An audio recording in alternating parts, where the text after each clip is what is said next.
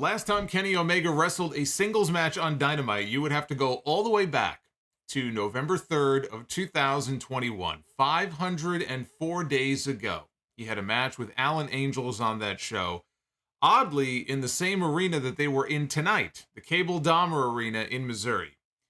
If you remember back even further than that, the excellent 30-minute Iron Man match on Dynamite, way back in 2020 between Kenny Omega and Pac, also took place in that very same building that they were in tonight, although back then the building had a different name. So tonight, Kenny Omega was back in this building for another banger. He was back in this building for another outstanding match. This time, it was against the reigning AAA Mega Champion, El Hijo del Vikingo. This is a match that was supposed to happen a couple of years ago, and it did not because Kenny Omega was hurt. Kenny Omega was the Mega Champion at that time. He vacated the title, and we never did get the match between the two of them. Well, Vikingo since then has gotten his work visa here in the U.S., he's been making the rounds, and he had availability. So, Tony Khan decided to shoot his shot and take advantage of the schedule being what it is and get Vikingo in for a very special match here on Dynamite. And when he announced the match the other day as a dream match, boy, did that set the social media wrestling community ablaze, with people wondering all week long, where's the story? Who's this Vikingo guy? I don't know who he is. Is he a Viking? What does he do? All the WWE fans were very upset about this. Some AEW fans may have been upset about this. And as I said the other day, when you see Vikingo, if you have never seen him before, you will very quickly know who the man is. And what we got tonight was the expected outstanding main event between these two men. In the main event here on Dynamite, now this may be the only time that you get to see Vikingo on Dynamite, which has been a problem before when it comes to some of the other lucha talents.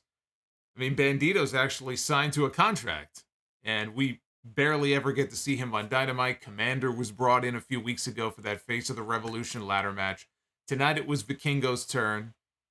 Who knows when the next time is, if at all, that we'll get to see him on Dynamite.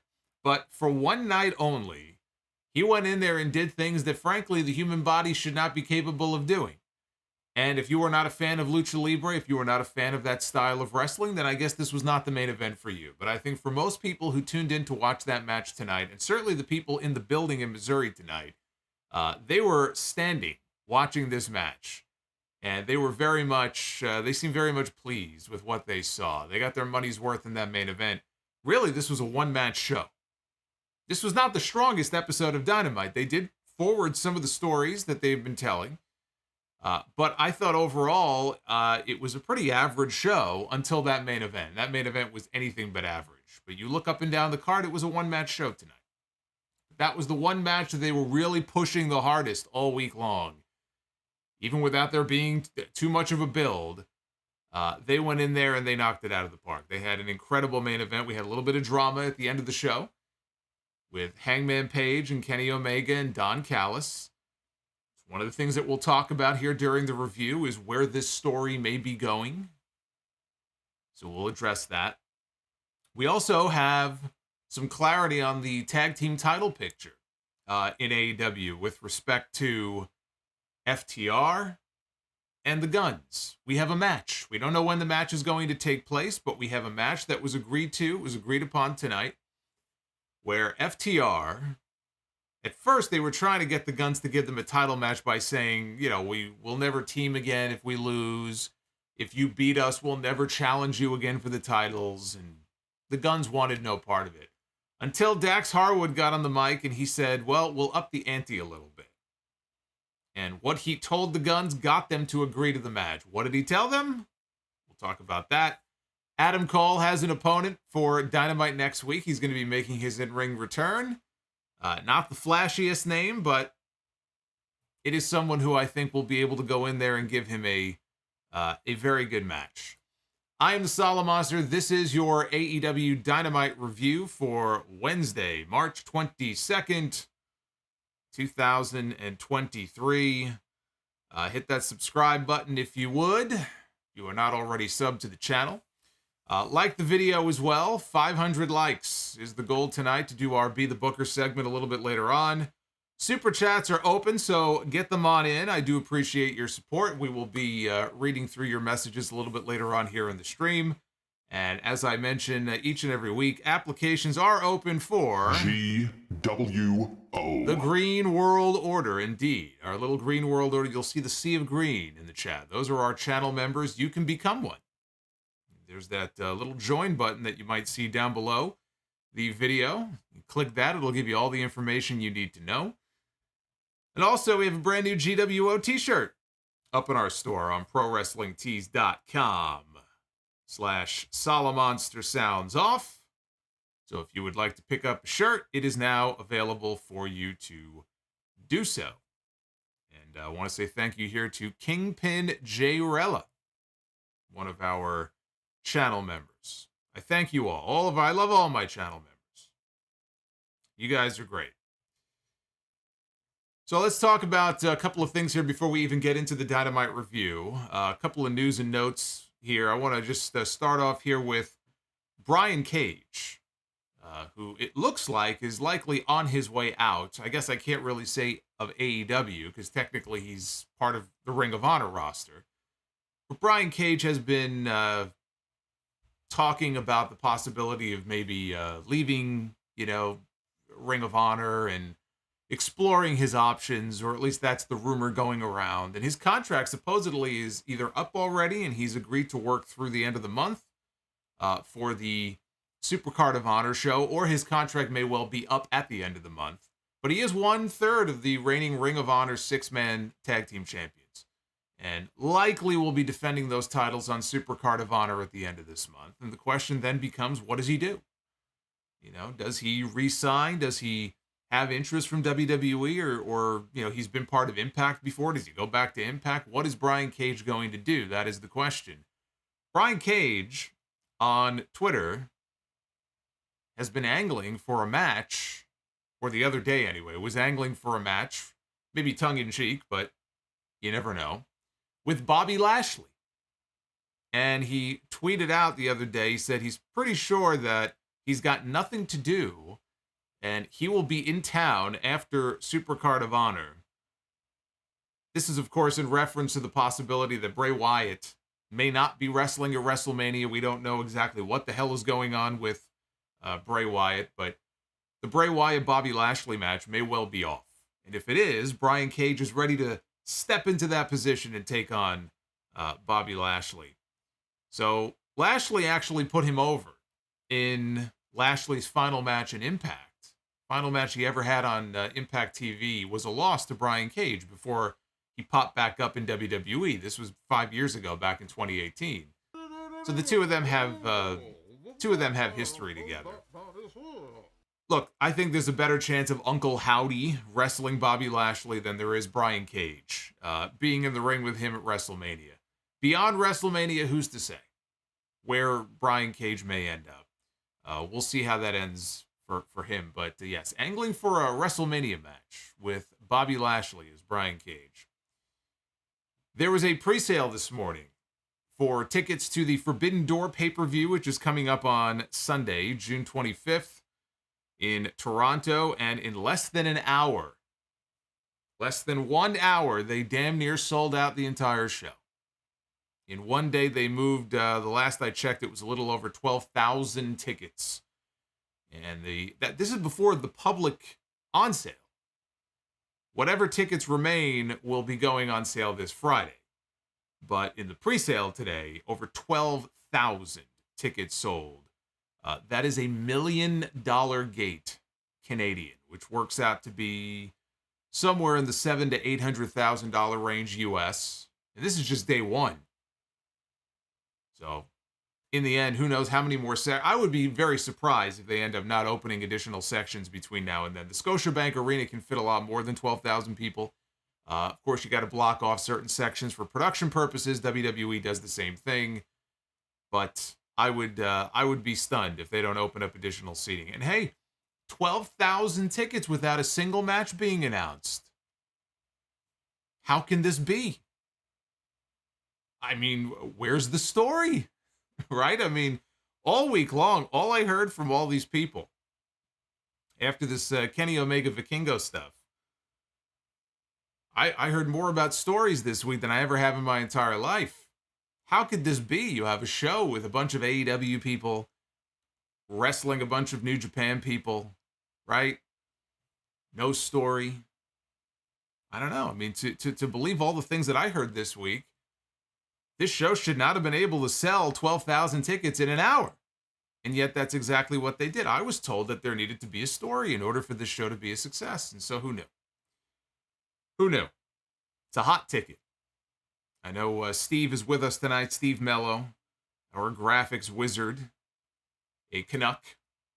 He was able to get tickets. He'll be at the show in June. But tonight we had Dynamite with the Young Bucks being loaded into separate ambulances. This was a cold open to the show tonight, and it was right to the back outside the arena. We had not one but two ambulances. Matt Jackson was loaded into the first ambulance. We saw Brandon Cutler in the back of the ambulance with him. There was a second ambulance where Nick Jackson was loaded into. Hangman Page left in the ambulance with Nick Jackson. He went with him. And so Kenny Omega and Don Callis, all by themselves, left alone back at the building for Omega's main event later on in the show with Vikingo. And later on, Brandon Cutler, who, again, had left with Matt Jackson in the back of his ambulance, texted Excalibur. Excalibur broke in with some breaking news during the show about the text message that he had received from Brandon Cutler blaming the Blackpool Combat Club for the attack. And that seemed to be the direction that this was going, and that they wanted you to believe that it was Moxley and Claudio and Yuta who were responsible for the attack. But then, when Cutler texted Excalibur, he made it very clear that's who they thought was the attack was from. I saw some people in the chat saying the House of Black. That's over. The Elite, the House of Black stuff is over. Now we're moving on to the House of Black and whoever the number one contenders are going to be. But we're moving on with the Elite to the Blackpool Combat Club, which is also where I think things are going to be going as far as blood and guts in the next few months. But the opening match had Orange Cassidy, who has had a lot of opening matches on this show over these last several months. I would love to go back or have somebody go back and add up the number of opening matches, opening segments that Orange Cassidy has been a part of on this television show. It was Orange Cassidy, Darby Allin, and Sting taking on Kip Sabian, The Butcher, and The Blade. This stemmed from an angle that they shot at their first ever house show. They had their House Rules live event in Troy, Ohio this past weekend. This was after Orange Cassidy and Darby Allin beat The Butcher and The Blade. Butcher and Blade attacked them. They attacked Darby backstage at the house show. I guess it was Saturday night. They actually had footage of Butcher and Blade. I think it was Butcher who was in like a very narrow hallway with concrete walls, and he's got Darby and he's kind of, swinging him back and forth into the wall. So they had footage of this from the house show the other night. And I think this is very smart. I like this. I think this is smart because, look, it's taken them this long. They're first going out on the road. They just announced more live events are coming, right? They're never going to have a WWE house show schedule. And frankly, I'm sure a lot of people came to AEW because they wanted to avoid the WWE schedule. But they are first beginning to go out with their own live events. And it's very smart to tie it into the television show in some way, because what you're doing is you're drawing attention to the fact that, hey, guess what? We're having these live events. We're coming to your town potentially, and you should buy a ticket and come to the show because you never know when we may be coming to your backyard. How many people even know that AEW is going out on the road for these live events? So to shoot an angle here and there, or even do a title change at a house show, and I don't mean a title change with your world championship, but you do an international title change, or eventually when Jade Cargill finally drops the TBS title, if you did a TBS title change at a live event. WWE's done the same thing over the years. You do a title change every now and then on the live events to make people think, hey, I better buy a ticket. I should go to one of these shows just in case. You never know what might happen. So I think it's smart.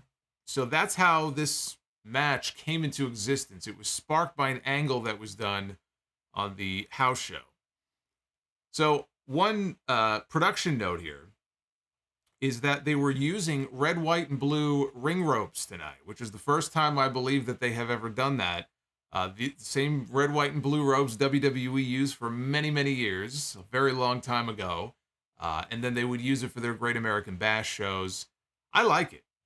I was always partial to the red, white, and blue ring ropes. I like it. And frankly, it fits the new color scheme. The new color scheme has red. It's got blue. So it fits the theme of the show and the new logo and the graphics and everything, so it makes sense. Sting, during this match, did the Orange Cassidy spot, where Orange is down, somebody goes up to the top rope, and he very slowly rolls away into the opposite corner. So Sting did that spot. When Kip Sabian went up to the top rope, Sting slowly rolled away, and the crowd loved it. And so Kip climbs down, and he swings around to the other side of the ring, and he climbs up to the top rope on the opposite side, and Sting once again rolls to the opposite side of the ring, back into his corner, and tags out to Darby. That was not the only Orange Cassidy spot that Sting lifted here in this match. There was another point where he walked up behind Sabian. Sabian did not know that Sting was behind him. And then he turned around, and Sting started giving him the weak shin kicks. And again, the crowd ate this up. The crowd loved this. So Sting is giving him the weak, but that wasn't even the best part of this. The best part of you know how Sting beats his chest, right? Sting does that. So Sting, instead of doing the usual, pounding of the chest that he does here in this match, he started to pound his chest very slowly, very weakly, and eventually then he just walloped him with a clothesline, and again, he hit the Butcher and the Blade with clotheslines as well. That got a laugh out of me. That spot got a laugh out of me. So Sting caught Kip coming off the ropes by the legs, put him in the Scorpion Deathlock until Butcher and Blade came in, and they started pummeling Sting. They broke the hold. Darby hit a coffin splash, taking out the Butcher and the Blade. Cassidy hit the flipping stunner on Kip, dove out onto the Blade on the floor. Darby hit a stunner of his own on Sabian and then did the Suicide Rocket. That is what I am calling it. I am calling it the Darby Allin Suicide Rocket through the ropes into the Butcher on the outside. Took him down. So that left Sting and Kip all alone in the ring. Sting grabbed him in position for the Scorpion Death Drop, took his time, milked it before dropping him for the move and winning the match for his team. When the match was over, Orange Cassidy took his sunglasses. He put them on Sting. Darby was over in the corner, and his back turned, and he was busy looking up at the banner that was hanging from the rafters for Double or Nothing, just coming up at the end of May. So he was staring up at the banner. Let me just say this about Sting. For those who don't know, Sting just celebrated his 64th birthday on Monday. If you believe it, Sting is 64. I don't want to add years on yet. He is 64 years old as of Monday. And when he gets to the ring, he doesn't have to do much to get a reaction. He's at that point in his career where the fans love him no matter what he does. And frankly, at that age, and given how long he's been doing this for, he does more than you would expect him to do. But he was out there, man, and the fans love him, and I know this is going to be his last year. I mean, you know how these things go in wrestling, I guess. Never say never, but he has said that this will be it. And he has an idea in mind for what the end is going to look like for him in the ring. So this is supposed to be Sting's final year. And knowing that, I'm enjoying every appearance that we get from him. However many we have left. Because he's not on television in the ring wrestling very often.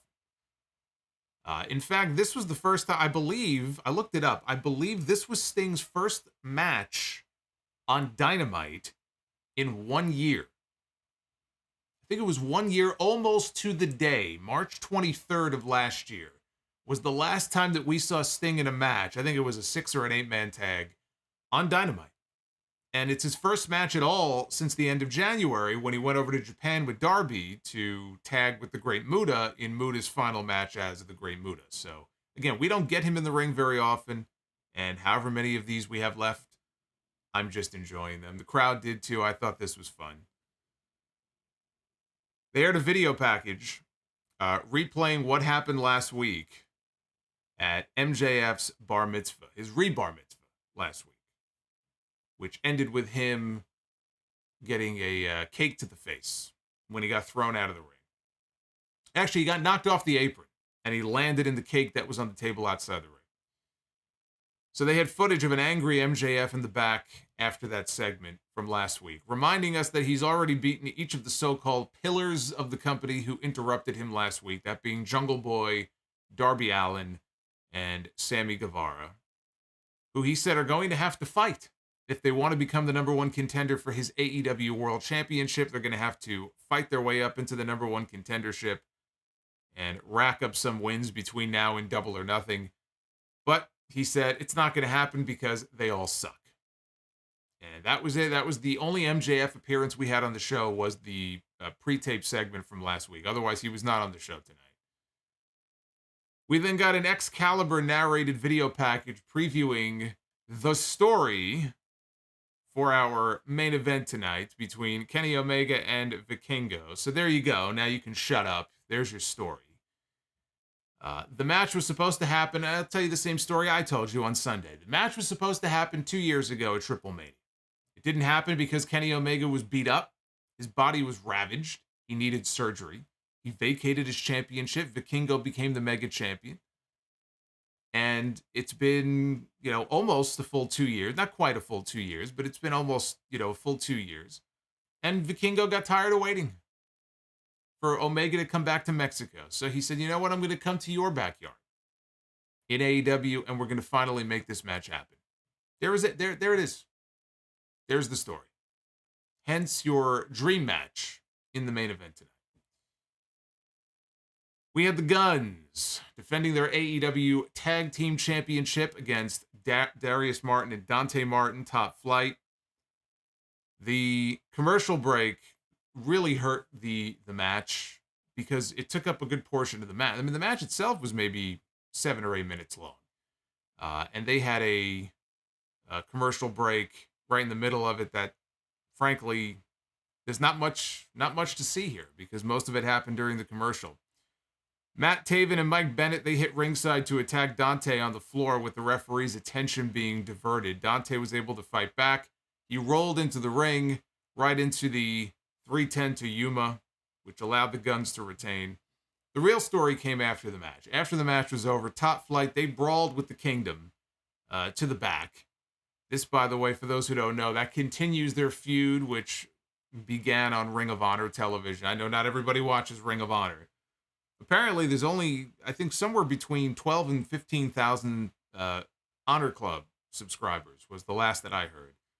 So that's about the number of people who are watching Ring of Honor every week. Not a lot.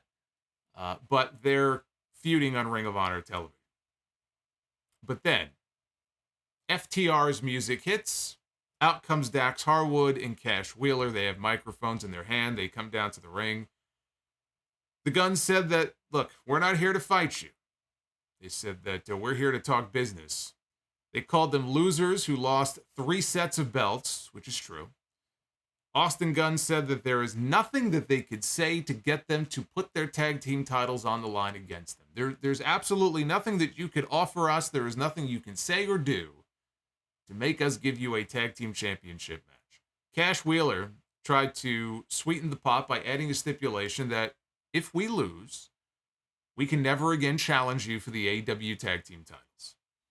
Austin Gunn was not interested. So Cash said, well, how about this? If we lose, Dax and I will never team together again in AEW.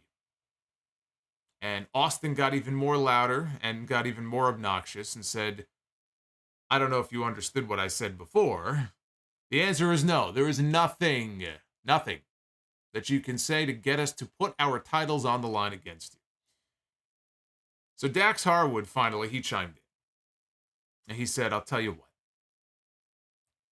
If we have a match and we can't beat you and take those AEW tag team titles, we will quit AEW. And that intrigued the Guns. And they thought about it. and they changed their mind, and they agreed to the match. They agreed to give them a shot at the AEW Tag Team titles. And then Austin and Colton put their hands out for a handshake, and before FTR could shake their hands, they spat in FTR's faces, and they got out of Dodge before FTR could catch them. So they are playing off of all of the rumors and all of the speculation, even from Dax himself on his podcast, about their future and about April and about the end of their contracts in April, if you believe that they still have not re-signed, which I don't believe. But if you believe that they have not re-signed yet with AEW, their contracts are coming up within the next month. And in fact, Dax just tweeted on Sunday, he said, just got off the phone with Cash. This was only a few days ago. He said, just got off the phone with Cash. We have decided what we are going to do come April. Nothing is official yet, so legally cannot speak on it, but in the next couple of weeks, we will let all of our fans know. We owe it to you all for the opportunities that we have in front of us. Love you all. I think they've totally re-signed with AEW.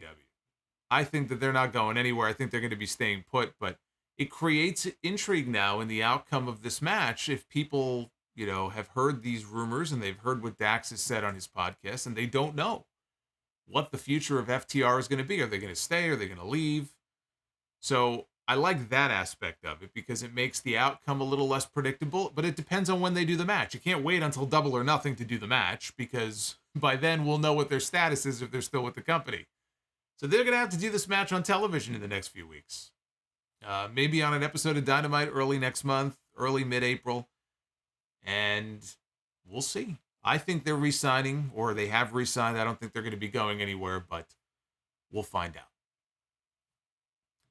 Renee Paquette was backstage with the TBS champion Jade Cargill, along with Layla Gray and Smart Mark Sterling, asking about Taya Valkyrie's debut. Taya, of course, she debuted on the program last week. They were up in Canada.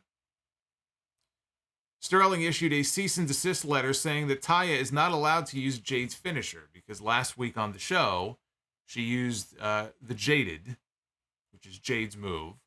So now Smart Mark is saying that legally you are not allowed to use that move. So Layla took the letter and said that she will personally deliver it to Taya Valkyrie on Rampage coming up this weekend.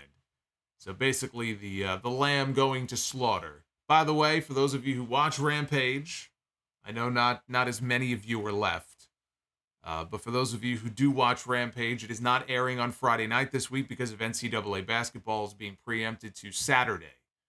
So Saturday at 10 p.m. Eastern is when Rampage is going to be airing this weekend. Next up, we had the in-ring debut of, now boy, we talk about Vikingo. You talk about an incredible athlete in Vikingo. You haven't seen an athlete like this in a very long time. This was the in-ring debut of Stokely Hathaway of the Firm, who was being cheered on by all the members of the Firm that came out on stage with him. They did not go to the ring with him. They went to the back. They were giving him the thumbs up. They were trying to encourage him, and they were trying to root him on.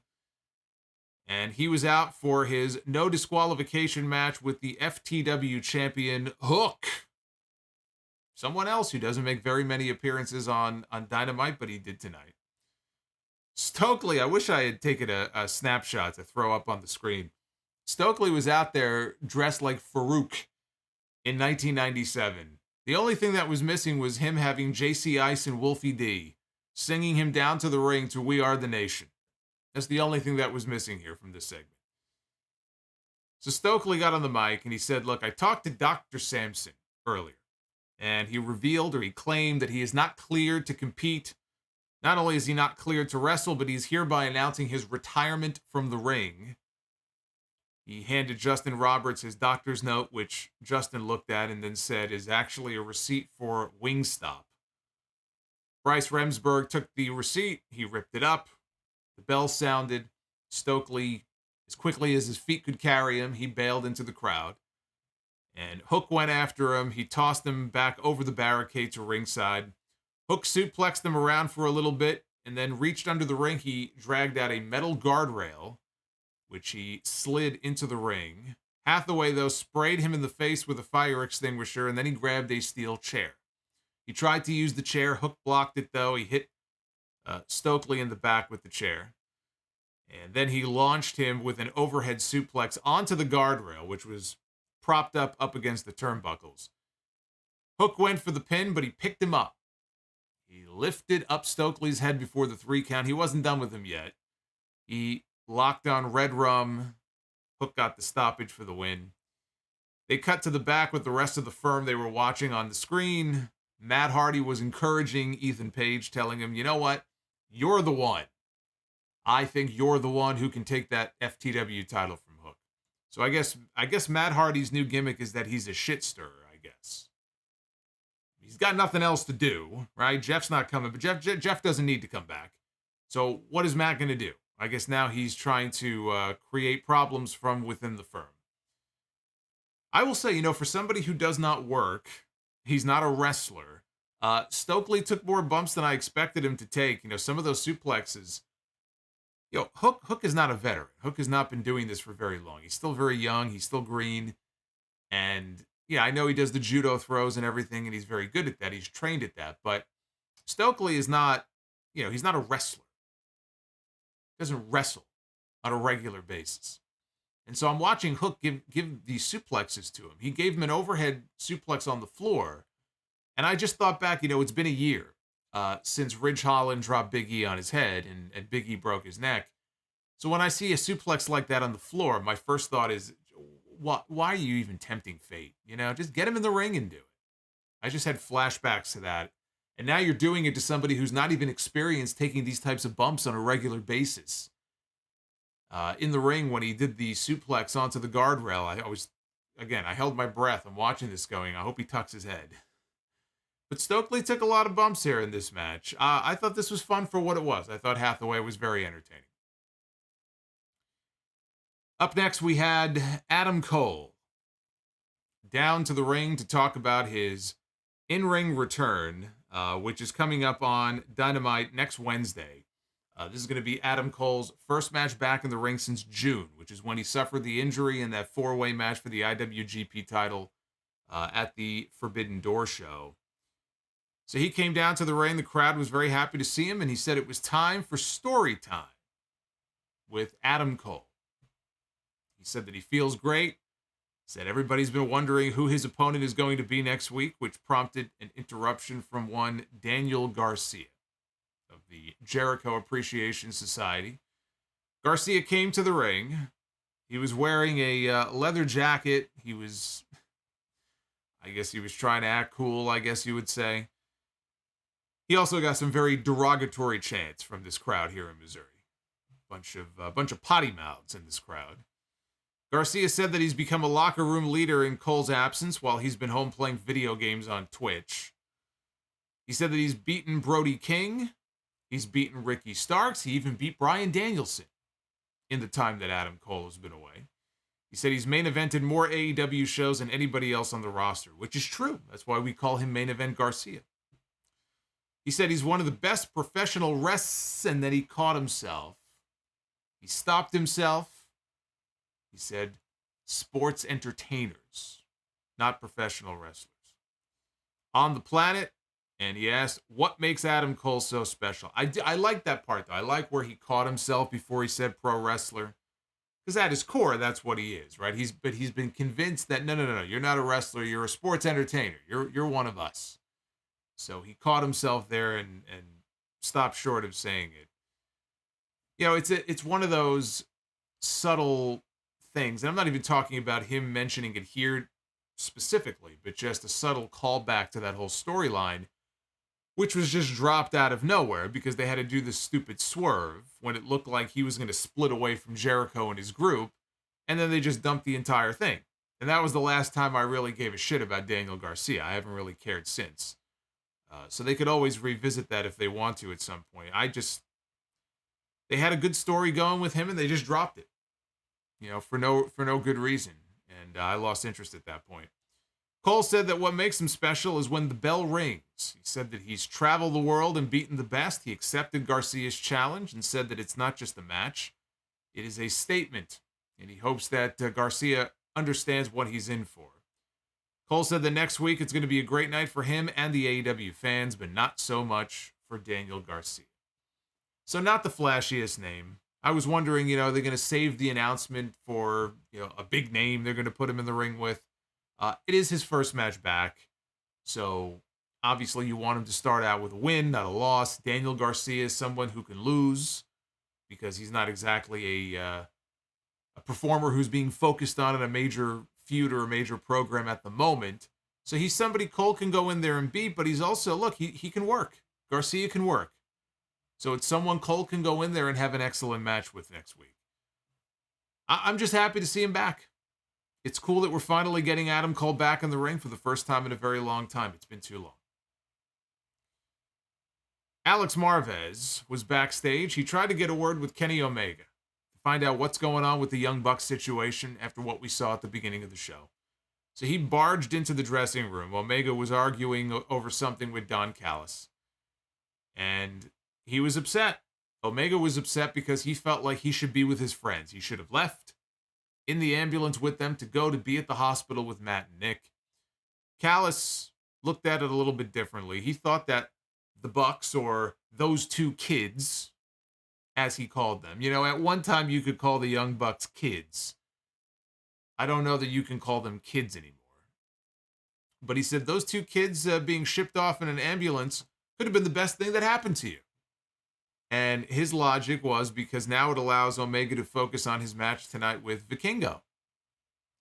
And then Callus looked into the camera and he said, the god of pro wrestling is back tonight. And then he kicked Marvez out of the dressing room. So Don Callus basically saying what a lot of us have been saying and thinking, which is that it's about damn time that we got Kenny Omega back in singles competition. The best bout machine, as he calls himself. That version of Kenny Omega. It's been far too long since we've seen him in an AEW ring. We see him in New Japan. We saw him at Wrestle Kingdom. We saw him at the Tokyo Dome in January. I want to see more of him here on this show. We got that tonight. We had Jon Moxley, one-on-one with the newly rehired Stu Grayson. Stu Grayson had a very good performance last week when they brought him back for what was originally intended to be one night in his native Canada to be part of that tag team match. And he impressed so much that they gave him the graphic when it was over, and he is once again all elite. He is officially part of the AEW roster again. So he was in the ring tonight with Jon Moxley. Grayson went up top. He was briefly distracted by Wheeler Yuta on the outside. And we had the Dark Order boys exchanging words with the Blackpool Combat Club outside. Grayson took out Claudio and Yuta with a moonsault. Moxley took out the Dark Order boys with a dive. Grayson connected on a 450 splash. Moxley, though, kicked out. And I believe it was on that move where it looked like he landed on Moxley's face. But Moxley kicked out. Grayson called for his finish. Moxley, though, countered into the Bulldog choke. He got the rear naked choke applied. Grayson was fading. It looked like he was about to go out. But he showed life, and he did a cannonball into the corner with Moxley on his back. And Moxley came back with an avalanche Death Rider for the win. It was a little ugly at the start. They were not on the same page early on in the match, but it worked out. It worked out fine. They worked things out pretty quickly. I thought it turned into a good match. Later on in the show, there was a backstage segment. Grayson was being tended to by a couple of trainers. He's complaining of an arm injury when Jon Moxley sidled up to him. He's a sidler. The camera just panned over a little bit, and Moxley was standing right next to Grayson. Grayson didn't even realize it. And he put him back in the choke. He left him laying. Meanwhile, Claudio and Yuta, they were beating up one of the trainers in the background. The second trainer ran for his life, so he got out of there quickly. Moxley then called him an amateur as he, Claudio, and Yuta walked away. We got a new installment of not GTV. It's QTV with QT Marshall. They had the girl, again, her name is Harley Cameron. And she was showing off footage. This is, for those who missed the show last week, they're doing these stupid segments that I guess are supposed to be entertaining, but they're not. in the style of TMZ Television, the way they do their show. So Harley is showing off footage of Powerhouse Hobbs beating Ray Phoenix on Rampage last Friday. No Hobbs in this segment, by the way. Last week, Hobbs was just sitting there like a dope. This week, he wasn't part of this segment at all. So they showed highlights of that match from Friday. Aaron Solo said that he hacked into an Observer Twitter account, tweeting about hotels, which was a dig at Dave Meltzer, who got hacked last week. Meltzer on Twitter got hacked, and he has since regained control of his account, but he has yet to replace his profile image, which is right now just a default image.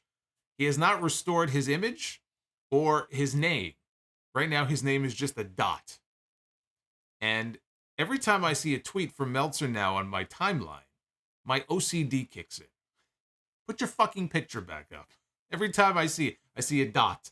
And I just think, who is this? What account am I following? And then I see it's fucking Meltzer. I'm like, dude, put your picture back up. What are you waiting for? I thought he was still hacked. He said it's been 2 weeks. He's still hacked? I think he's got control of his account again. The hotel dig, this is a little weird. Tony Khan, who I guess will just sometimes randomly, maybe more than sometimes, will scroll Twitter and just respond to some random tweets. There was a tweet that Meltzer posted. I think he was answering a question. He was quote tweeting his answer to a question that somebody asked him. And he made reference to the fact it had something to do with hotels and companies that do or don't pay for airfare in hotels for their talent. And he either said or insinuated that AEW did not. But this was an old tweet from like days and days ago. And Tony Khan replied to the tweet to fact check Meltzer. And I saw there were a couple people who said, Tony, he was hacked. This was, he's been hacked. Dave's been hacked. And Tony said, yes, but, the record needs to be corrected. Anyway, that's what Aaron Solo was referring to here in this segment. So we learned that Hobbs is going to be defending the TNT title against Penta on Rampage this Saturday. Second week in a row of this QTV stuff, and this was no better than the first week. It's short. It's a very short segment, so it's not offensive or anything like that, but it's just not good. I mean, if it's supposed to be entertaining, I'm waiting for it to be entertaining.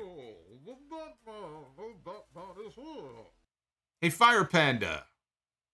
Good to see Fire Panda with us tonight on the stream. Toni Storm out with Saraya and Ruby Soho. They are the Outcasts. And tonight it was Toni Storm one-on-one with Skye Blue. Skye Blue hit a rising knee and an enziguri for 2. Toni came back with the Thez press, followed up with a DDT for a near fall of her own. Skye Blue recovered. She hit Code Blue. Ruby Soho, though, had the referee distracted. Toni fired back with a shotgun drop kick and a hip attack in the corner and won the match with Storm Zero. After the match, Hijo and Willow Nightingale ran down to make the save for Skye Blue. And Hijo was carrying this giant pipe. It was like a giant, like a white pipe. And as she was coming down to the ring, she wasn't just carrying this pipe. She was like waving it around like it was a fucking sword. This pipe was almost as big as Hijo. So she gets into the ring, and the Outcasts, they flee. They were just treading water this week with this stuff. I mean, obviously, there wasn't much to this. People are still trying to convince me that this is going to be blood and guts. They're going to do blood and guts with the women this year, and it's going to be built around these women and maybe a few others, but it's going to be the women's blood and guts. And then I watch segments like this and even the segment from last week, and I'm just thinking to myself, on what planet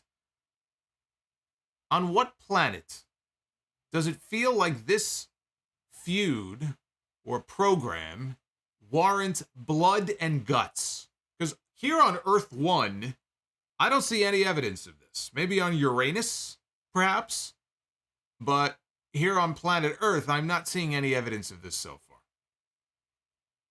Maybe this will get better. Maybe Jamie Hayter and Britt Baker will be worked back into it, and then the teams will kind of align and they can heat things up. But boy, you talking about blood and guts here for this? You're gonna do blood and guts for this? Yeah, I don't see it. But then it was time for the advertised dream match. I said this was a one-match show. This was that match. This was the main event of the evening. It was Kenny Omega, one-on-one for the first time on Dynamite in a singles match in a very long time, since 2021, taking on El Hijo del Vikingo, the reigning AAA Mega Champion. Vikingo was out first, and Omega came out next. Before Omega could even get into the ring, Vikingo took him out with a running dive. And we were off to the races. That set the tone for what this match was going to be. Kenny made a comeback, and we got a Vikingo in the first few minutes of this match. We got a Vikingo specialty.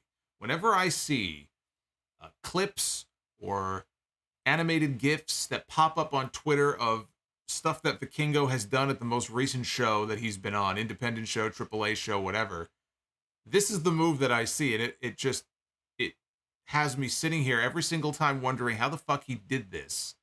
But we had the implosion Hurricane Rana off the top rope, which, again, he's got his back turned, and he does the flip, and he lands, and then he turns it into a Rana. Every time I see this move, it defies the laws of physics. Every single time I see this. So after a break, Omega hit a monkey flip on the apron. Now, the table, they had set a table up outside the ring. Omega did. Right up against the apron. And it looked like he was going to monkey flip him off the apron through the table. Instead of going through the table, though, Vikingo landed on the apron. Omega was then thinking of a snapdragon through the table. But Vikingo landed on his feet inside the ring. He kicked Kenny in the head. And then Vikingo went up top. And he hit a Dragon Rana to Omega off the apron. And Omega was on the apron, but he sent Omega off the apron to the floor. Again, just incredible stuff. Words don't do this justice. The things that this man was doing here in this match. A little bit later on, Kenny got him on the top rope. And Kenny was setting up for an awesome bomb off the top rope. And he goes to execute the awesome bomb. Vikingo counters it into a Rana on the way down, and Kenny looked like he got spiked right on his head, or his forehead, and that looked sickening. So Vikingo then hit a Phoenix Splash from the middle rope, not even the top rope. He was just on the middle rope, right there in the center of the ring, in the center of the ropes, and hit a Phoenix Splash. Got a tremendous near fall out of it. Omega was still holding his shoulder from the earlier bump. Hopefully he wasn't hurt on that bump. His neck or his shoulder. By the way, the update on Will Ospreay. I talked about Ospreay being out of the New Japan Cup and hoping that whatever his injury is, it's a shoulder injury, that he'll be okay for Forbidden Door. I did see an update earlier today. It might have been, I don't remember where the update was, but there was an update that he may have had surgery, but whatever the update was, apparently the severity of the shoulder injury was much worse than expected. Now, again, what that means exactly, what that means for his recovery time, we don't know yet, but that does not sound good.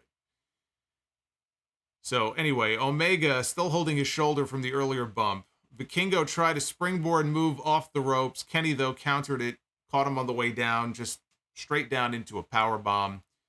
And a second power bomb followed, and then a V-trigger for a near fall. Then came the Snapdragon, then came another V-trigger. Kenny went for the one-winged angel. Vikingo fought out of it, and he climbed the ropes. Vikingo was not done yet. He climbed the ropes. He hit a reverse poison Rana from the top rope. I mean, I'm trying my best to describe exactly what it is that he was doing here. A reverse poison Rana off the top rope. Omega was down on the mat, but he hit the reverse poison Rana, took him over. So Omega then rolls out of the ring, but he rolls onto the table that was set up outside the ring earlier on. So now he's laying flat on the table. And that's like catnip for Vikingo. Vikingo then hits a running springboard 630 dive over the top rope through the table. Smashed right through it. Both men are down. Crowd is losing their minds. I just sat here and just thought to myself, Jesus Christ, what is going on here? So it took both men a little while to recover, but they did. They got back in the ring. Both men started slugging it out from their knees. Omega fired off a V-trigger. Vikingo, though, responded with a sunset flip bomb for a close 2 count. Vikingo went up top. He missed a 630 senton, and boy, did he crash and burn. This man bounced. He bounced off the mat. Omega wrecked him with the running knee strike. Then came the one-winged angel. And that is all that she wrote. I never expected any differently. This was a one-shot right now for Vikingo. You're not going to have Vikingo on Dynamite and have him pin Kenny Omega. So I expected Kenny to win this match. What can I say? An incredible main event that lived up to, if not exceeded, expectations if you had expectations for this match coming into it. If you had no expectations because you don't follow Lucha Libre, you just don't know who Vikingo is or was, he blew me away. And I knew what he does. I know what he's capable of. I've seen some of his matches before. He blew me away here in this match with what he did. If you didn't know who Vikingo was before, now you do. If you didn't know, now you know. And to think that Vikingo indicated coming into this match that he was very nervous. You would never know it watching him out there. Yeah, there were a couple of spots where when he was up on the top rope, he took a few extra seconds. I know that might bug some people, but I mean, that kind of stuff bugs me too sometimes. But to balance himself and make sure he's in the right position so that Omega is standing there just, yeah, there was one spot in particular on the apron where Omega was on the apron. And he's just standing there waiting for Vikingo. So yeah, that kind of annoys me, but you would never know that this man was out there all nervous, first time on live television in an AEW ring, and he killed it. He absolutely killed it. He made a statement in that match here tonight. We may never see him again on this show ever again. He is not signed to an AEW contract. They had him available. Tony Khan took advantage of it. I have no issue with him taking advantage of it. He had the chance to do a very big match on TV that he knew his audience was going to go nuts for. Even if hardcore members of his own audience were not familiar with Vikingo. His audience trusts him enough when he puts together these big matches on TV. They have enough trust and faith in Tony Khan to put these matches together that you can expect something special. Whether it's tonight it was Vikingo or when he brought in Bandito for the first time. Right? Remember when Bandito came in and had that match? Was it Jericho? Might have been the first match. And that was a great match. And then he had the match with Danielson back in January. That was incredible. We don't get to see these talents as often, I think, as we should and as people would like to see them. With Vikingo, though, we may never see him again. You know, the next time we see Omega against Vikingo may well be in a AAA ring in Mexico. So if it was only a one-shot thing, this is a man who I think made an impression tonight on a lot of people. Tony Schiavone got into the ring when the match was over to interview Kenny Omega. And Omega started to speak. He was immediately swarmed by the Blackpool Combat Club. And I laughed because as soon as the Blackpool Combat Club hit the ring, Tony Schiavone just into the mic, you could hear him go, shit. He got out of there as quickly as possible. So we had Moxley, we had Claudio, we had Yuta. They were putting a beat down here on Omega. It was 3-on-1. When all of a sudden we can hear the blaring sounds of sirens outside the arena. And we cut to the back outside and we see one of the ambulances from earlier tonight pulling back up to the arena. And out of the driver's seat, it is Hangman Adam Page, who has a 2x4. He had a black 2x4 with nails coming out of it, or spikes. We had Janice from TNA making her return tonight. I remember the barbed wire board. Janice was back in the hands of Hangman Page here. So Hangman, they played his music. He came down to the ring. Moxley, Claudio, and Wheeler, they left the ring as Hangman entered. Omega was still down. He was still licking his wounds. Don Callis tried to stop Hangman for some reason, and he grabbed at him, was trying to grab at him, and Hangman pulled away. And so Don the Con took this hilariously exaggerated bump backwards down to the mat, right? As if somebody had punched him in the face or given him a good shove. So he takes this exaggerated bump and he's laying on the mat. And now Kenny Omega is up and he's alert, and he sees that Callus, his manager, his friend, his boy, is down. And he looks and he sees Hangman in the ring. And so, of course, he's putting two and two together, and now he starts exchanging words with Hangman. What are you doing here? You beat him up, you threw him down, you shoved him. What are you doing here? And Hangman is trying to explain, I didn't do anything. So they were exchanging words, and Hangman is standing there trying to plead his case. Omega ends up walking out with Don Callis to end the show.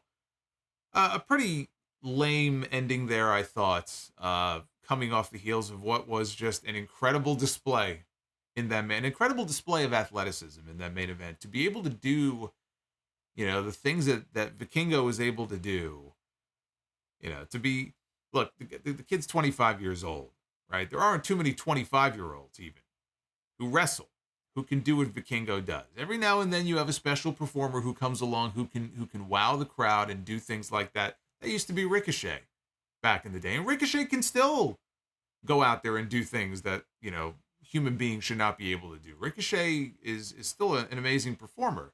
But I can remember a time when Ricochet was coming up on the independent scene. And Ricochet was in New Japan, and all the talk was King Ricochet, man. Where's this kid going to land? This guy is the most amazing thing in the world. And all the buzz was about Ricochet for a while. Well, right now the buzz is about in wrestling is about Vikingo. When it comes to these incredible athletic displays in these matches that he's having. So again, I don't blame Tony Khan for wanting to bring him in if he had availability on him. And there was a little bit of I don't know if there were angst is the right word for it, but a few months ago with the relationship with AAA and AEW after the way the Dragon Lee situation played out, who now is with NXT. So I think also it was an opportunity for the two sides to kind of work together and in a show of good faith, we'll work together and we'll have Vikingo go work a match on Dynamite. So I think also it was good for probably the relationship, the working relationship between the two companies to be able to put something together like this. There may have been other factors involved than just Tony Khan wanting to do an amazing match on his television show. People don't think about these things. They automatically just react and say, oh, why is he doing this? Story is very important in wrestling. I talk about story all the time. I just did a countdown of the top 10 best stories ever told in WWE history. And I talk about the Bloodline all the time and what an incredible story that's been over these last couple of years. Story is very important in wrestling. You can't have a television show every single week where the majority of the matches are just matches for the sake of having matches. There have to be stories that thread them together. It's okay to do a match out of the blue every now and then. I'm not saying you can never do it. But yes, story is very important. But in this case, again, this was a special circumstance. And I cannot believe the amount of bitching and pissing and moaning that I saw from people all week long when this match was signed.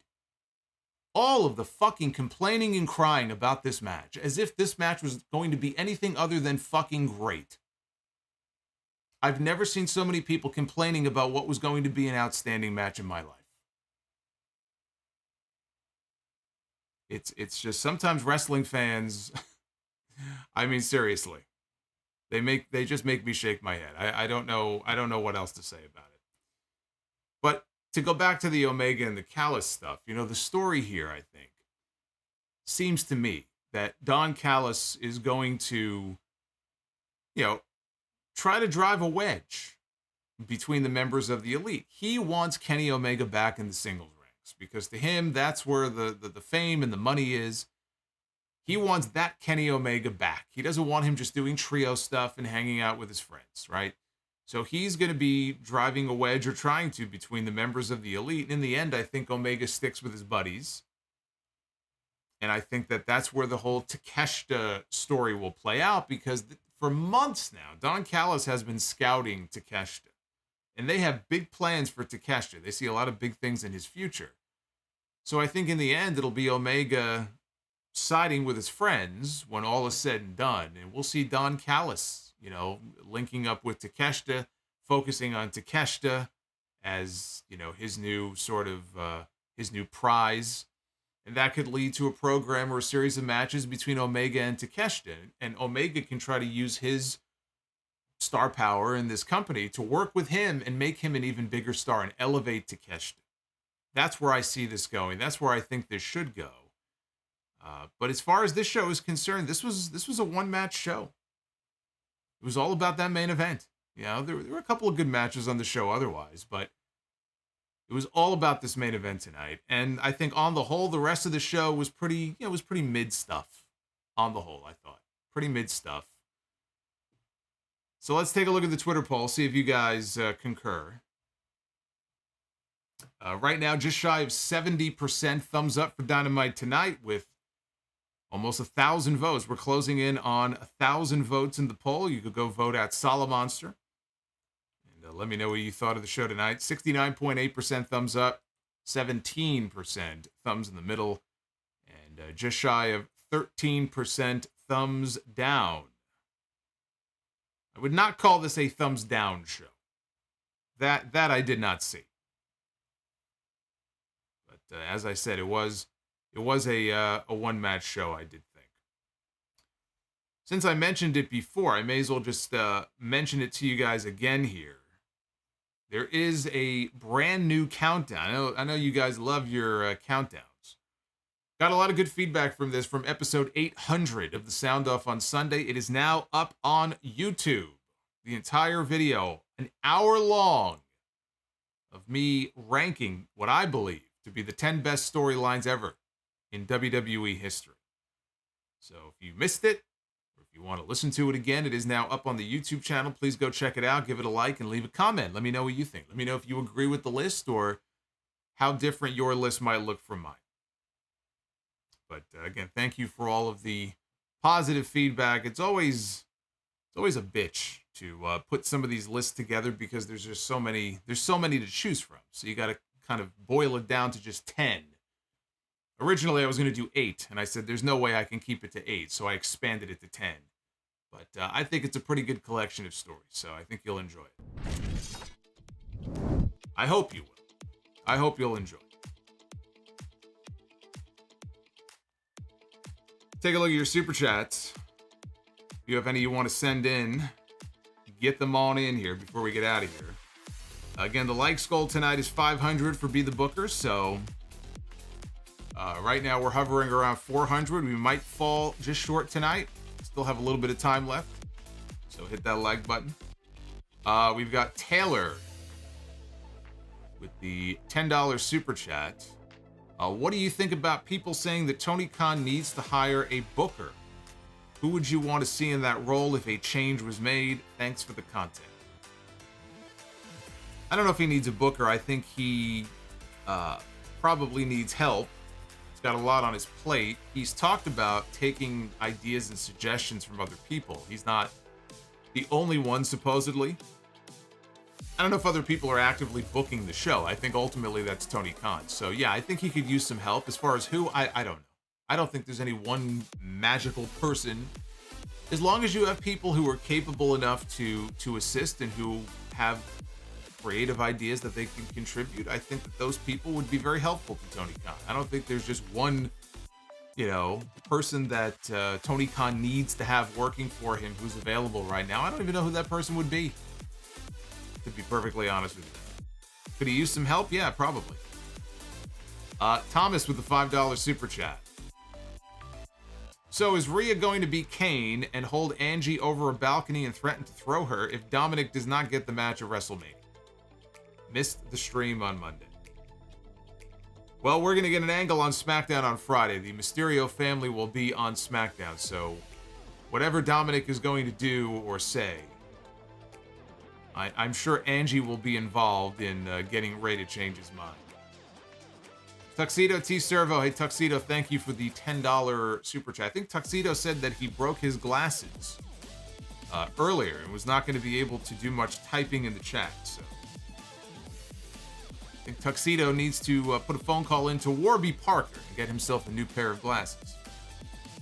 Oz and Glorious with the $5. I am so damn sick of being forced to watch Daniel Garcia's ugly, overrated, mumbly BS on my television every week. The Adam Cole match is such a letdown. Well, who did you expect it to be? Who did you expect Adam Cole in his first match back to be in the ring with? You know what I'm wondering? I'm wondering what the hell happened to Swerve Strickland?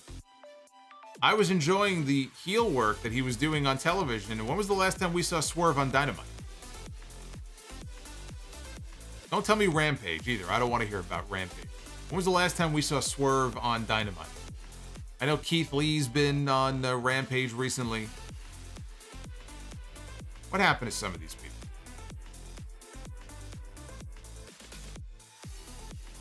Oz and Glorious also says, I love AEW, but Tony Khan having a weakness for clowns like Sammy, QT, and Garcia while treating much better talents like Rare Attractions is infuriating.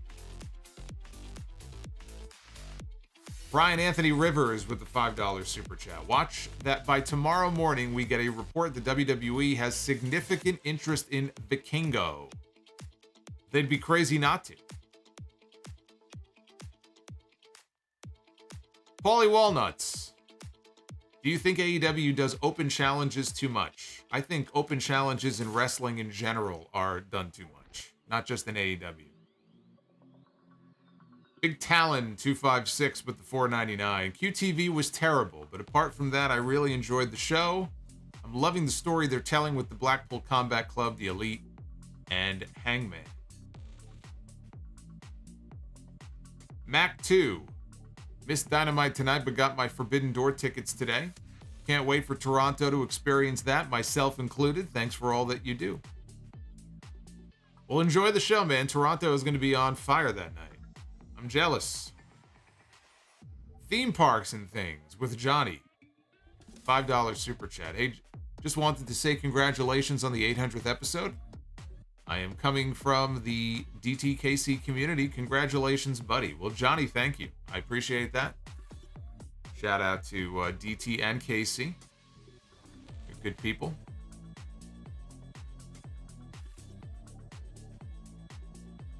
Casey even put a good word in for me with Morty the other day. Nick Grasso with the $4.99. Outside of the main event, this show was not very good. Don Callis pulled an Eddie Guerrero, so is he turning on the Elite and going with the Blackpool Combat Club? No, I don't think he's going with the Blackpool Combat Club. Like I said, the story is going to be him driving a wedge between Omega and the Bucks because he wants them to separate so he can focus on Kenny Omega and not have it as the Kenny Omega and Young Bucks show. And I think ultimately, if he ends up anywhere, it's going to be with Takeshita. He's going to kind of latch on to him as his next big thing. And that would lead to a feud with Takeshita and Omega, which I think would elevate Takeshita just by working with Omega. Takeshita's very over as a babyface, though, so I don't know if it would be just a full-on heel turn or if it would be more a case of the people still like Takeshita, but he doesn't realize that Callus is taking advantage of him and using him. Because they could tell the story in that way as well. But that's where I think this is headed. James Cooper with the 1999. I get why Tony called it a dream match, but the reason people said it had no story is because AEW didn't promote it outside of announcing it. As a wrestling promotion, your job is to promote matches. Give me a reason to care. I don't know how many times I can say this, but I will say it again. Because maybe James just didn't know. This was a match that came about because Tony Khan found out that Vikingo was going to be available. And he did not have time to promote it before a certain date, so he chose to announce it. And they put a very quick video together on Rampage last Friday that I'm sure, not very many people saw. And they had another video on the show tonight. So that is why they did it the way that they did. If it was a case where they knew months ago or 6 weeks ago that they were going to have Vikingo, I'm sure we would have heard about this match at least a week ago. So like the video package they aired tonight would have aired on the show last week had they known that Vikingo was going to be here tonight. That's why it was done that way. Some people may not be aware of that, but again, just to remind you, that is why it was done that way. Jay Glow, this is my first super chat. Greetings from Rhode Island. If Cody loses at WrestleMania, will that destroy his legacy? Will he be Luger? It'll be bad, but he will not be Luger. Nor will it destroy his legacy. If Cody does not win at WrestleMania, I still feel like he will win. They're just going to hold off on doing it. I don't think he'll be destroyed, though. Rodimus Prime, $10 super chat. Never mind everything else. I was only here for the main event, and it definitely delivered. Well, if you only tuned in for the main event tonight, then this was probably the greatest Dynamite of all time. If that's the only match you saw, it was just the main event. It's like, damn. Doesn't get any better than that. Del Fuego, buy or sell on the better second run, Lashley, TNA, or WWE? Lashley, WWE. His TNA run with Dan Lambert, all the stuff he was doing there in those last probably, I don't know, 3-4 years, maybe it was great. And up to that point was the best run of his career. But then he went to WWE and started doing the almighty stuff. And they started booking him like a monster. He had the Hurt Business thing for a while, which was good while it lasted. Became WWE champion. I mean, how can you say that? How can you rank that below the TNA run, right? The WWE run has usurped the TNA run. Ed Swoggle with the $5 super chat. What potential match are you most hoping gets booked for Forbidden Door? Also going to Raw on Monday might bring a GWO sign. Have a good night, Solo. I want to see Bryan Danielson against Kazuchika Okada. I don't think we're getting it at Forbidden Door, but that's the match I'd like to see. Cletus Smith IV. Do you think AEW can sell out TIAA Stadium next year? It holds 82,000 people. Maybe they can make it a yearly Mania type event. Do I think they can sell it out? No, I don't. I don't think they're ready for that. I think they could put a lot of people in there. I think if they wanted to put 20 to 30,000 people in there, they absolutely could. Could they put 50,000 or 60 or 82? No. Absolutely not. Havili, Brain. Do I even attempt this? Hey, Havili, thank you for the $3. Besides Kurt Angle, in your opinion, what is the greatest dream of Bret Hart that never happened? Jericho, Guerrero, Rollins, Bryan, Lesnar, or Styles? Oh, man. Give me one of each. Give me one of each. If I had to pick the best out of those, putting Kurt Angle on the side, I really feel like Bret Hart against Brock Lesnar. I'm talking like old Lesnar, not even current Lesnar. That would have been a tremendous match. Bret had some great matches with guys that were physically bigger than him, which was a lot of guys. I mean, Bret himself was not the biggest guy. But I feel like Brock, when he did more than just suplex people, Brock Lesnar against Bret the Hitman Hart, would have been fucking great. Jay Patterson with the $5 super chat. Don Callis is going to turn on Omega and join the Blackpool Combat Club with Takeshita to face Hangman and the Elite at Blood and Guts.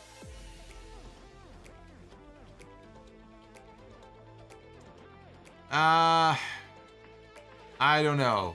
I don't know about that. I almost feel like whatever the big angle is going to be, maybe they'll shoot it. If they do a Blood and Guts match, it could take place during that match. I don't know that. I don't know that the Takeshita thing will happen before that. I'm not sure. Jessica Green with the $4.99. The only thing better than watching Dynamite on Wednesdays is watching Dynamite followed by watching your review. Jessica, thank you very much. I hope you're having a good night. Winston Smith, Bigger sleazeball, Paul Heyman or Don Callus? Well, considering some of the rumors out there about Callus, and I never heard that about Paul, I would probably go Callus. Devin from NJ2000, just who in the hell do you think you are? Who am I? Who am I? I'm the Solomonster, damn it. I mean, is it obvious? You still have to ask that question? Fire Panda with a couple of super chats. So how much does Tony Khan pay you for being an AEW mark? Well, you know, I try to make sure the checks from AEW don't kind of get mixed with the checks I get from WWE and Nick Khan. So I have them sent to different accounts, since apparently I carry water at different times for both promotions. I'm just racking up checks. So I will keep to myself how much he pays me, and I won't tell you if it's more or less than what Vince McMahon paid me. EJ Slamp, if Mike Tyson referees that Hogan Savage match that you mentioned instead of Buster Douglas, does he still come in 98? And do we get Tyson and Austin? I think so. Yeah, I don't think that changes that.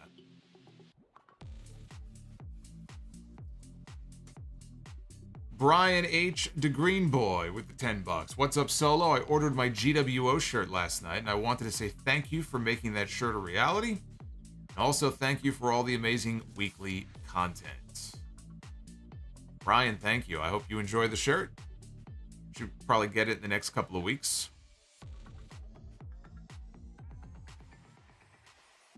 And he says, unfortunately, I cannot currently afford to pay for a monthly membership, but I wanted to at least show my support by ordering a shirt. Well, that's very kind of you. I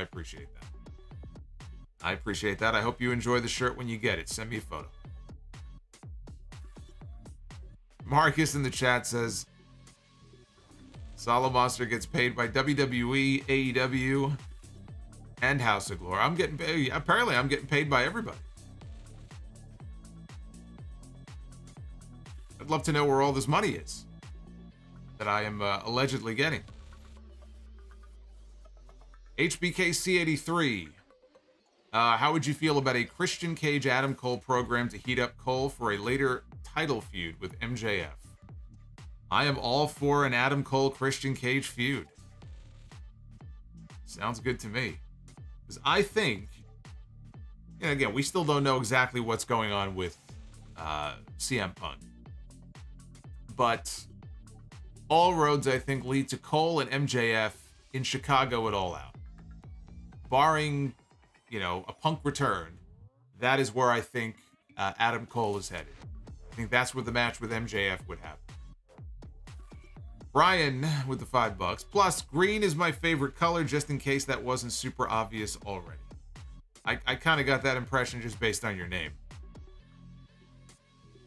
Marcus Metcalf. Sheeta should join the Outcast once she returns from filming in Japan. She should be wrapping up filming at the end of the month. What is she filming? See, that was my question. I wasn't sure if she was back in Japan or not. What is she filming? A television show? Commercial? I mean, what is she filming? No cap with the $4.99. Actually, a double $4.99. If Wardlow were to go to WWE, do you believe Triple H would push him to the moon? I think that Wardlow would get a very big push in WWE. Also, what are your thoughts on sports entertainers versus wrestlers? AEW takes shots like that, but they roll out Danhausen and Orange Cassidy. I mean, it's just to get heel heat on Jericho and his group. I mean, that's why we hear about the whole sports entertainers and wrestlers thing. They're one and the same. Everybody knows they're the same thing. Jericho started using it to get heat because sports entertainer has a negative connotation because it's a Vince McMahon thing. It's a WWE thing. So people hear sports entertainer and they boo. I feel like every time Steve Austin hears the term sports entertainer, he gets a shiver down his spine. Whenever he would do interviews, when he had his live podcast on the network, and I guess even on the Broken Skull sessions, it's happened. He goes out of his way to say wrestler. So yeah, for some people, it just has a negative connotation. But in AEW, it's used by Jericho as a heel device for his group to get heat. That's all it is. Magician Sapphire, honestly, I want to see Adam Cole feud and challenge Orange Cassidy for the International Championship. There is history there between the two. That's not going to happen, though, because Adam Cole is a babyface now.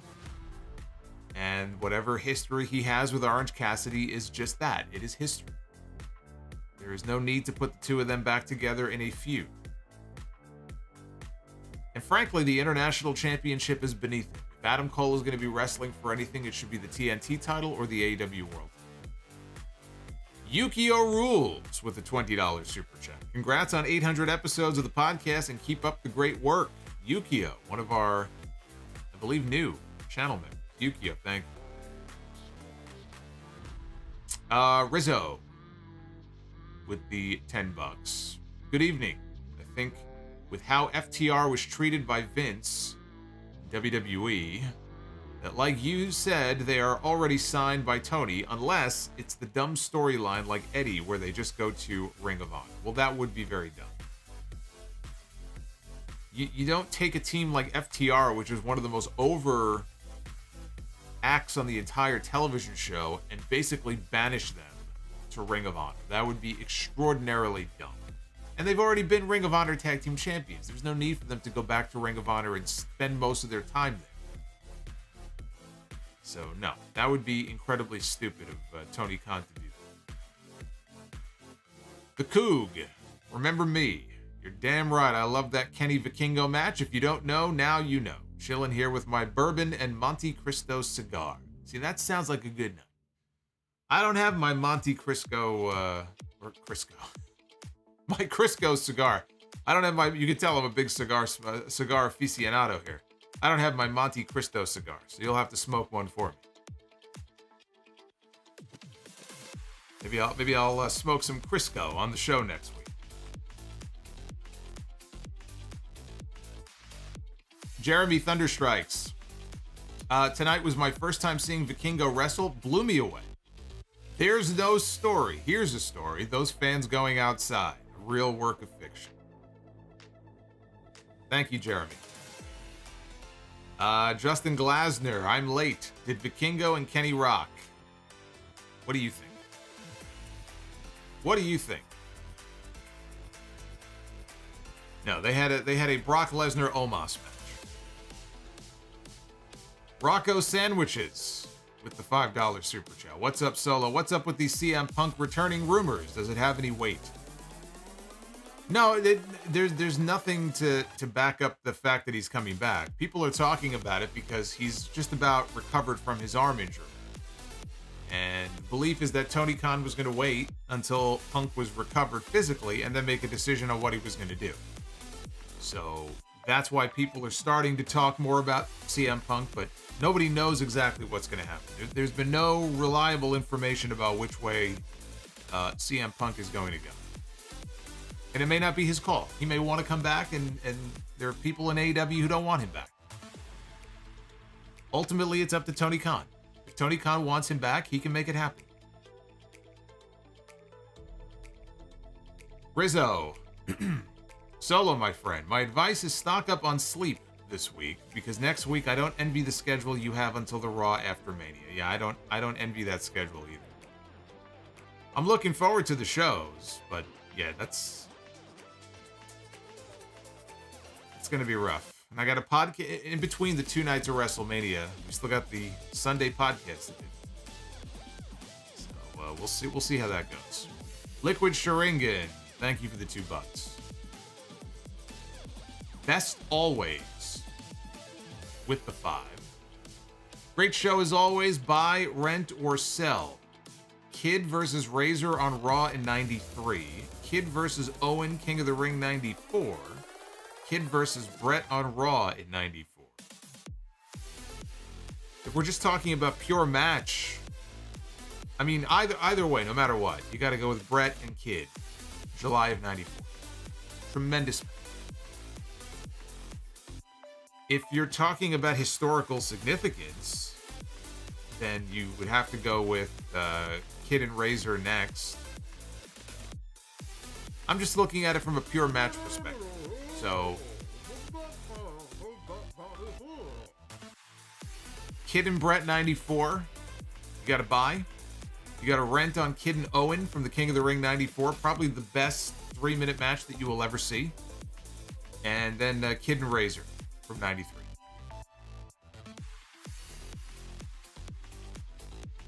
William Sanchez. Did you see that Alexa Bliss revealed she had skin cancer and had it removed today? She also made an appearance on The Masked Singer tonight. She looks well and hopefully recovers fast. I did see that. She had some surgery for a mark on her face. Apparently, she spent a lot of time tanning and in the sun. And unfortunately, that's what happens. I mean, that's what happened to my mother as well. My mother had skin cancer 3 times and had to have it removed 3 different times. Because when she was younger, she would be on the beach with her friends and would be out in the sun all day. And especially if you're fair skinned, that's never a good thing. So she had surgery. Apparently she's doing fine, which is great. That is great to hear. So, again, when I hear things about why is she not on television, why is she not going to be at WrestleMania most likely, sometimes there's more important things going on that need to be tended to. So I'm glad she had that taken care of. Skin cancer kills a lot of people every year. Skin cancer kills more people than I think you would expect in this country every year. So, word to the wise. If you ever notice anything odd on your body, especially if you are somebody who spends time in the sun, do yourself a favor, do your family a favor, and get it checked out. Rizzo, if I could draw more than stick figures, I would draw a picture of Miro on a milk carton. I miss him, and if Khan isn't going to use him, then just let him go. Miro is back in Bulgaria right now. I believe he and Lana are back there for, I don't know if it's just a family visit. That's going to be relatively brief. Apparently, they've been there for several weeks, so I don't know when they're going to be back. But yeah, I've given up on figuring out the Miro situation. I've heard different things about him rejecting creative ideas that have been offered to him, and if that's the case, then he shoulders part of the blame. I don't know who's to blame right now for what's going on with Miro. I just kind of stopped caring. Impractically Christopher. Thank you for the 1999, Christopher. Off topic, but do you watch The Price is Right Barker era channel on Pluto TV? All the old games like Super Bowl were fire. I watch that channel on a regular basis every single week. I've seen all the episodes. I think they only have a certain number they have the rights to in the rotation. So unfortunately, they end up repeating a lot of episodes, but I feel like they're working their way towards the latter part of 1985. Which is when Johnny Olsen, who was the old announcer on the show, he had a stroke and he died towards the end of 85. That's when they brought in Rod Roddy, who was the host of the show that I grew up on, and I remember from when I was a kid watching The Price is Right. So we should be inching our way towards the first Rod Roddy episodes, probably later this year. But I watch that all the time. I watch that, and they have a lot of fun channels on Pluto, actually.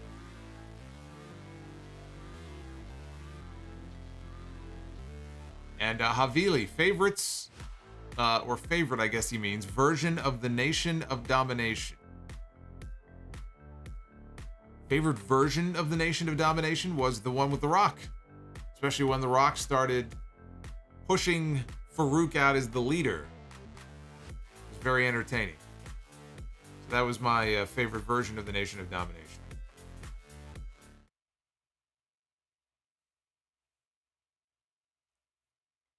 Drew Carey, Price is Right, is trash. I can't watch it. I tried watching it. It's just, I hate what they've done to the show. It's just, even the look of the show and the way the audience is now, and the way they have I don't know. I'm glad they've kept, some of the old games, but it's not the same. It's not the same anymore. Lovelai wants to know, what is my favorite fruit? Strawberry. I love strawberries.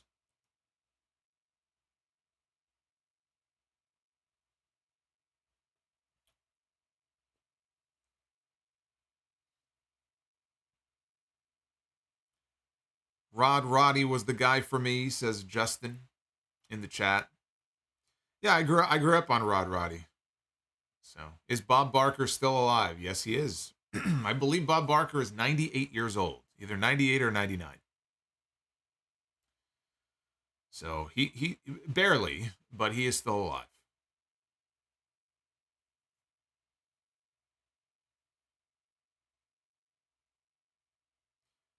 It was very interesting. I was watching, as a matter of fact, I was watching the Price is Right channel once, maybe last year, on Pluto. And they had an old episode from the early 80s. It was probably like 82. And they had Ox Baker. For those who never knew, Ox Baker, famous wrestler, had a great look, too. If you look at the guy, he just looks like a wrestler. Ox Baker was on The Price is Right, and he made it up on stage with Bob. Huge guy. But seemed like a really nice guy. Like the opposite of his character in wrestling. So yeah, it's probably on YouTube somewhere. If you type in Ox Baker Price is Right. I saw that. Just like I happened to be watching it one day and I'm like, you fucking kidding me? Like an Ox Baker on The Price is Right? We've got Rizzo with the $10 super chat. As that emailer said to you, and he was right, it can't be stressed enough that if something doesn't feel right or you feel a lump, immediately get that checked. Yeah, that is sound advice. Don't take the chance of, no, it's nothing. Oh, it's not a big deal. You know, everybody knows their body and they know how they feel, and if they don't feel right, something feels off, just don't let it linger, because that's when unfortunately bad things can happen. No cap, I'll let you know when I see it. I haven't seen it yet. All right, so we just hit our mark. We just hit our 500 likes here on the stream, which I thank you for, and I very much appreciate that.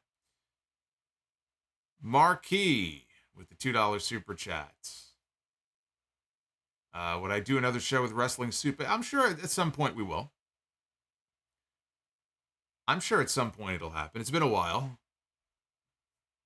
Love Mish and Joey. Just heard from Mish the other day on Twitter, as a matter of fact. But yeah, never say never. I'm so friggin' busy these days, but we'll try to make it happen at some point. All right, let's be the booker. Ladies and gentlemen, it is now time to be the booker. There they are, the Elite. For how much longer, though? How much longer? Well, Kenny Omega and the Young Bucks be together. Don Callis has something to say about it, not for too much longer. We'll see how that storyline plays out. Let's kick things off here, though, with the men's Be the Booker. We had a 3-for-3 night on Monday. It was amazing. I don't remember all the matches that I booked, but I know we went 3-for-3. Let's see if we can have a repeat of that tonight. We kick things off here with main event Jey Uso. This is the man who may end up taking down the entire bloodline when all is said and done. Jey Uso, who has been killing it on TV. There's our main eventer right there. Going to be Jey Uso. Maybe we'll land on Sami Zayn or Roman Reigns. What if we land on Roman? How great would that be? Jey Uso going to go one-on-one with the real Tribal Chief, The Rock. Jey Uso against The Rock. Well, it wasn't Roman Reigns, but we did land on the Tribal Chief. So that works. That works. Good. Let's go to the ladies. 1-for-1 so far. Over on the ladies' side, we begin with the Eradicator. That's what she's calling herself now. Future SmackDown Women's Champion, Rhea Ripley. This is going good. It's going good so far, man. I like where this is going. Rhea Ripley going to go one-on-one. Speaking to the Tribal Chief, there he is on screen. EJ, thank you. I'll get to your super chat here in a second. Rhea Ripley going to go one-on-one with Nikki Cross. I'll give it the bell.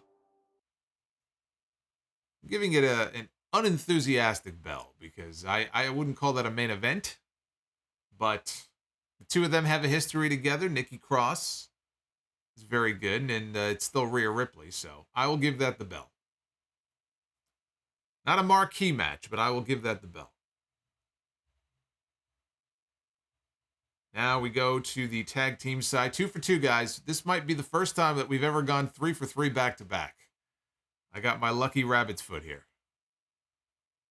Nothing can go wrong. And it just went wrong.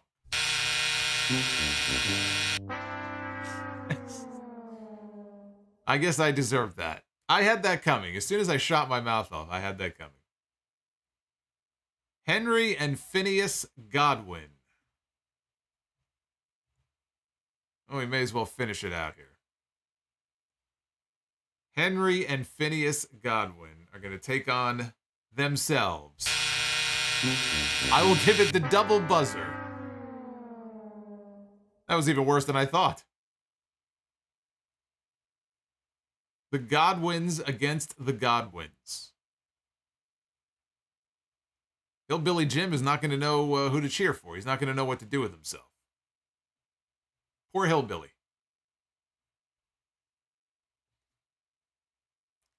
I shouldn't have said anything. I jinxed it. I fucking jinxed it. It's my own fault. What are the chances? What are the chances? We do the Godwins against the Godwins. I've never picked the Godwins before. How many Be the Bookers have I done, huh? In the last 2 years, 3 years. I've never landed on the Godwins before. And now I land on them back to back.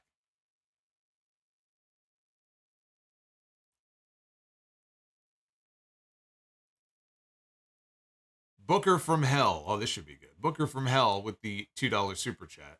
Ding or buzzer?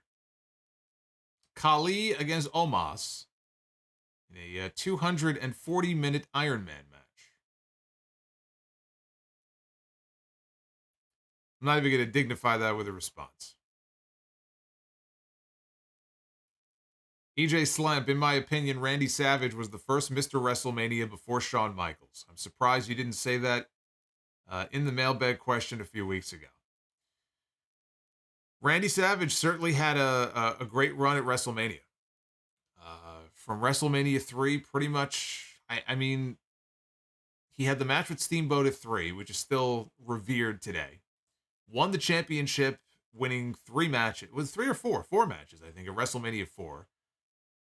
Main event with Hogan at 5. 6 was a bit of a waste. Not a great match, but he was in a mixed tag. But then 7, the retirement match with the Warrior, with that whole segment was just fantastic. And then wins the championship from Flair at 8. So really, that whole period from like 3 to 8, like 87 to 92, he had an incredible run at WrestleMania. He did. That's why he's the Macho Man. That's why he's one of the GOATs. One more look at the poll here. 69. There you go. I like it. 69% thumbs up. You've given Dynamite a 69 here tonight. And you can still vote at Solomonster on Twitter. Chime in there. Of course, we're going to be live again Friday night for the SmackDown stream. The second to last SmackDown on the road to WrestleMania. The Mysterio family will all be in attendance on SmackDown in Las Vegas on Friday. What will Dominic do to try to convince his dad, his deadbeat father, to give him the match at WrestleMania? We'll find out. We'll have to wait until Friday to see. B in the chat says, The Rock destroyed the DC universe. I've been reading up on these Rock stories. It's funny because Rock was always known for being very selfless when it came to wrestling. And, he would win, he would lose. He wasn't known for having a giant raging ego. And now you're starting to hear stories as far as, Dwayne Johnson in the movie world that maybe are a little bit different. I think that I don't even know if you can call it a failure of Black Adam. Black Adam made almost $400 million worldwide, but they still, I think, lost money on the movie. So I guess it would be a failure. I think it broke him. I really do. I mean, it's, he's one of these guys, normally he touches something, it turns to gold. And now this is one of the first times where that didn't happen. And people were having negative things to say about him. And I think it's fucking with his head. And now he's sort of lashing out. That's what it feels like to me. Playing politics behind the scenes. This is like the opposite of The Rock that we used to hear about in the wrestling business. It's becoming the Hulk Hogan of Hollywood. Say it isn't so. Fire Panda just dropped a super chat. There it is. Here's the Bane. Fire Panda, thank you for the $20. That Kali versus Omos match would be better than Undertaker and Shawn Michaels at WrestleMania 25 and 26. Is it opposite day? Did somebody not tell me today was opposite day? Is the XFL doing okay? I haven't heard too much about the XFL. I don't think it's doing great. So again, maybe it's a combination of the XFL stuff and, the whole Black Adam situation. I think it's getting to the guy. I think it's getting to The Rock. He doesn't know how to handle it. He's not used to it.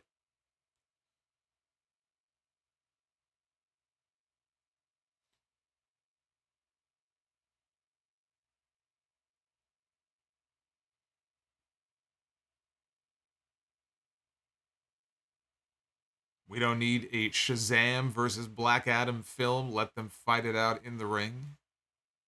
WB covering their tracks, burying Dwayne Johnson. It's all just a hit job. It's all a hit piece on Dwayne. Yeah, I've seen a lot of commercials for the USFL. I have seen nothing for the XFL.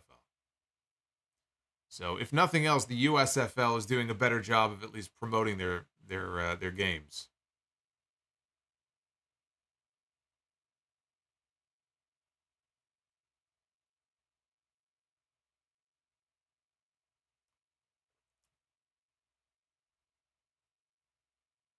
Rock movies have no substance. Yeah, but they make a lot of money. It's those popcorn movies, They make a lot of money. That's why the studios love working with them. Except WB, apparently. All right, well, some good questions from you guys. I appreciate all the love, as usual. As I was saying, we will be live again. God of Seduction dropping $25 Brie mode super chat on me. Scared me there. $25 Brie mode super chat. Considering he is one of the greatest and one your favorite Rumble with a tear in his eye, were you ever a fan of Flair? When did his lifestyle or shenanigans get to be too much? He wants another last match. He's had 3. His lifestyle is his lifestyle. I mean, his lifestyle, it's not too much for me. It's just that as he has gotten older and as we've learned more about the man behind the Nature Boy character, it's just become sadder and more pathetic. Doesn't take away from his body of work. It doesn't take away from my enjoyment of the 1992 Royal Rumble and his run there. I mean, I still love it as much as I did when I was younger. I just look at the man very differently than I did back then because, he has let people into his life. He's very open, and sometimes with him that isn't necessarily a good thing, about his behavior and the things he's done, and we've heard stories about things he allegedly has done, and it paints a very different picture for me of who Ric Flair really is and the kind of person that he is. Stories about him screwing people out of money and the whole Ring of Honor situation with Carrie Silkin that came out years ago. So yeah, I look at the man very differently, but his body of work still speaks for itself. He's still one of the greatest of all time.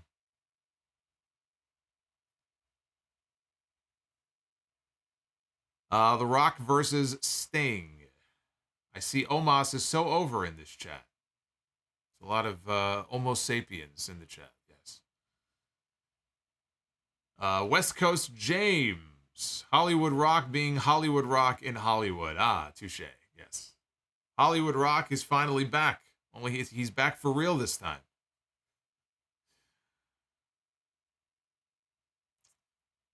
When do I do my WrestleMania predict? Oh, that's a good question. We do have WrestleMania, I guess. It is coming up next weekend. I'll have to give some thought to that. Yeah, I guess it would make sense to do them on the podcast this Sunday. But that would leave out Raw and SmackDown, the two go-home shows. So, should I wait? I would say there's a pretty good chance I'll do them on Sunday. And then if I have to update them, I could update them on the stream next Friday. Yeah, WrestleMania predictions will be coming up, I guess, next week.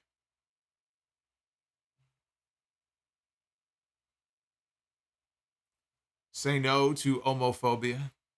We have any homophobes in this chat? Do the predictions on 802. Well, that wouldn't make any sense. Yeah, Steve, I'll let Steve know too. If I'm going to do a separate live stream for that next week, or if it'll just be a part of the podcast on Sunday. I have to think about that. I'll let you know, Steve. Once I know, I'll let you know.